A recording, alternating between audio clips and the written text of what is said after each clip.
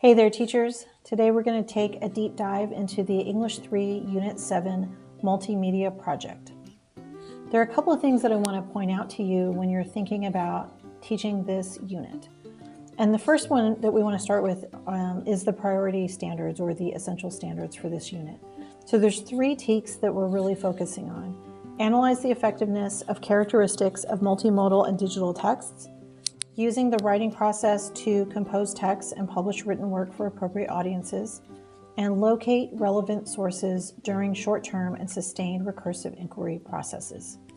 So the best way to think about this unit is that we're going to give kids some tools to help them when they are reading multimodal texts or multimedia, and when they are creating multimedia texts. And I know that one of the questions you may be asking yourself is, well, is this a research project or a multimedia project? And the answer is, it's a little bit of both. But we're not really prioritizing the research side of things this time because they should have done a little bit more, well, not a little bit, but they should have done a much more robust research project in the previous unit. So we've already really hit on internal documentation and credible sources and all of those other good things that come with a traditional research project.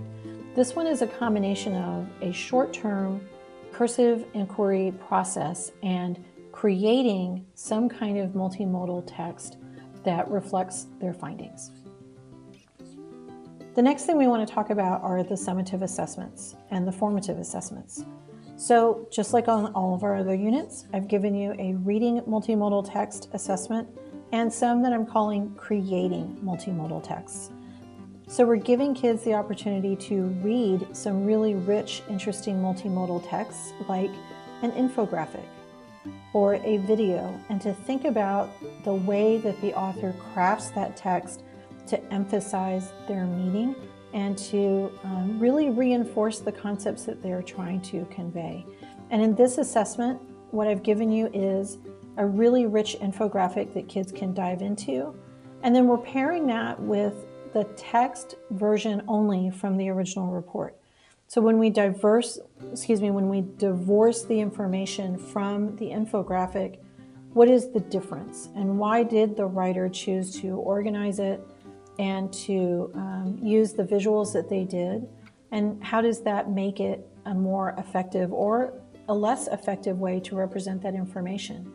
Students are also going to have the opportunity to analyze a really interesting YouTube video that does a fantastic job of incorporating a lot of different elements, different multimodal elements, to convey meaning to the audience. The second set of assessments ask kids to create their own multimodal texts. And for this assignment, we're going to ask them to research an emerging American author, poet, artist, or even a social media influencer that they consider the voice of their generation. We want them to think about Gen Z and what it means to be a member of Generation Z, and then to pick someone that they really feel expresses something about the experiences, the beliefs, or the characteristics of their peers and the era that they're living in. Now we're going to offer kids a wide range of choices. They might create an infographic. They might create a podcast. They might create a video. They have lots of different options that they can choose from for this assignment. And I know that sometimes when we offer a lot of different choices, that can be daunting too, because you may not be familiar with all of those choices. And I'm going to come back to that in a little bit. And then on number 3, we're going to also ask our kids to write a reflection explaining the different choices that they made to represent their generation and its voice. And then finally, we want them to include some kind of works cited on that reflection page so that they can document any of their research sources that they used for this assignment. And I'll show you an example of what I'm talking about.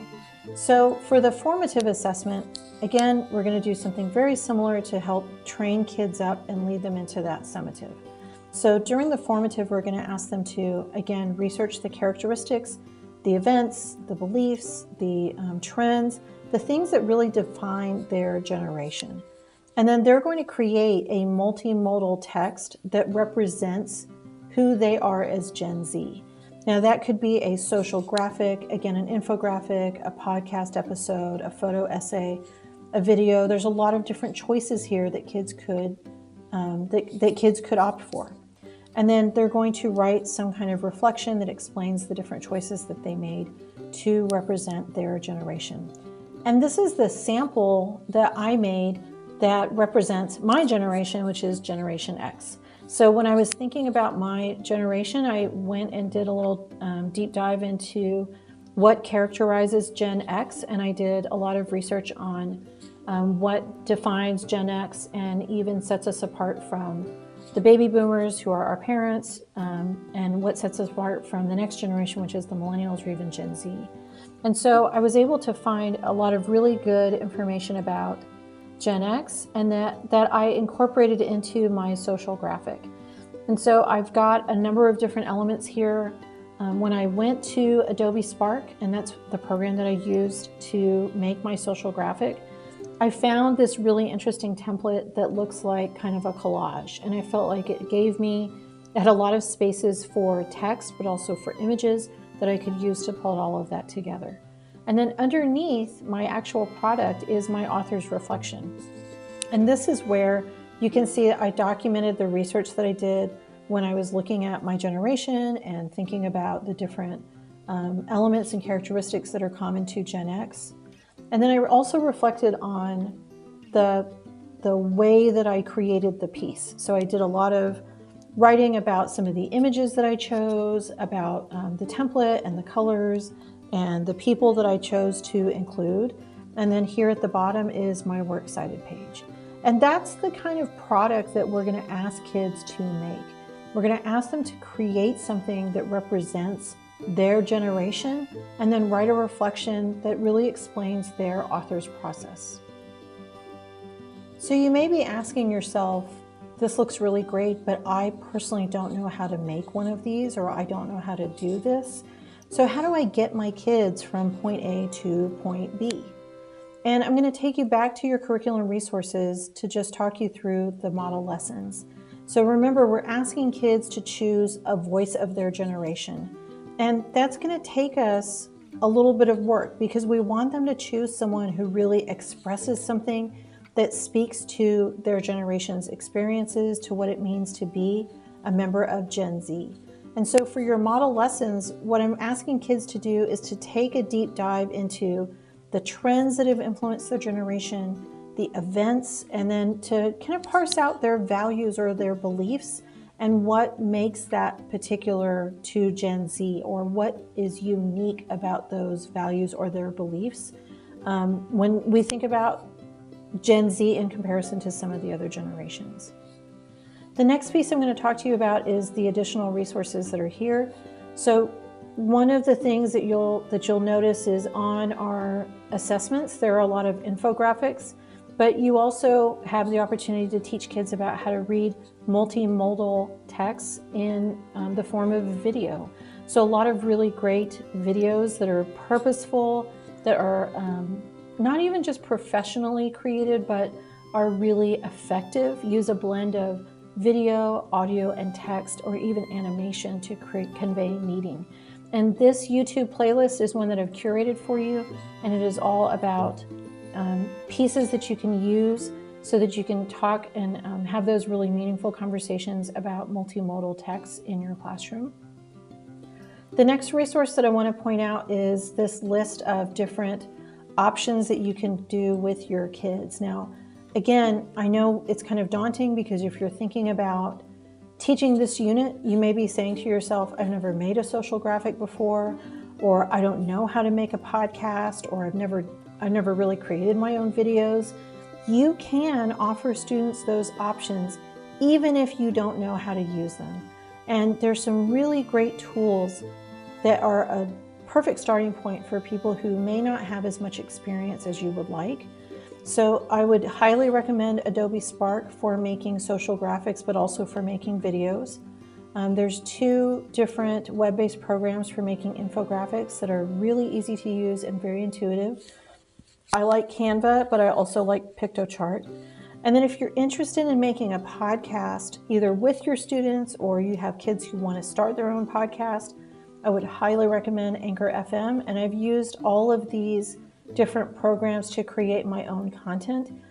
So if you're worried about trying one of these with your classes, I can always come in and help your kids with their project. Or where I would highly recommend you start is as well, another place that I would highly recommend that you start is with YouTube tutorials. And there's really good ones for all of these different programs that you and your kids can use to help you troubleshoot during the process. So, and all of these different programs have their own tutorial YouTube channels, but you can also find a lot of different users who are also teachers who are doing great things in the classroom with their students. We also have a number of Newsella collections for this unit that would be really helpful in helping kids to refine their voice of a generation and helping them to sort of expand their thinking about who could be the voice of their generation. So if you're looking for some pieces to direct kids to, I would highly recommend all three of these collections. Expanding Representation is really about emerging American authors and poets. Social Media Influencers is about influencers, obviously. And then Contemporary American Artists is about fine artists, visual artists who are working right now that are considered in a lot of ways the voice of the current zeitgeist or the sort of current cultural milieu.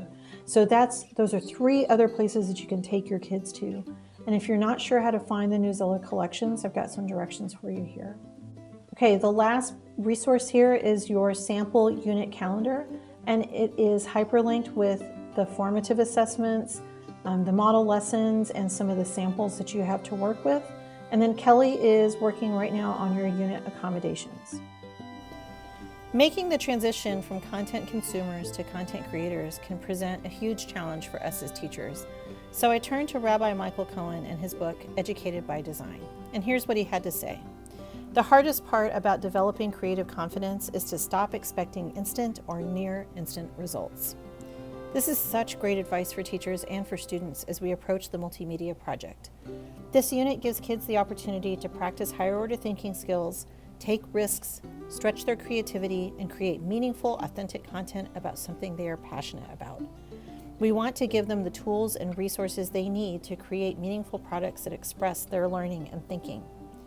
This unit also requires you, the teacher, to stretch your thinking and take risks. You may not have a lot of experience with creating your own videos beyond, recording a lesson or a lecture, #distance learning, social graphics or podcasting, but you don't have to be an expert to give your kids these options. You just need to be willing to take a risk and let your students surprise you.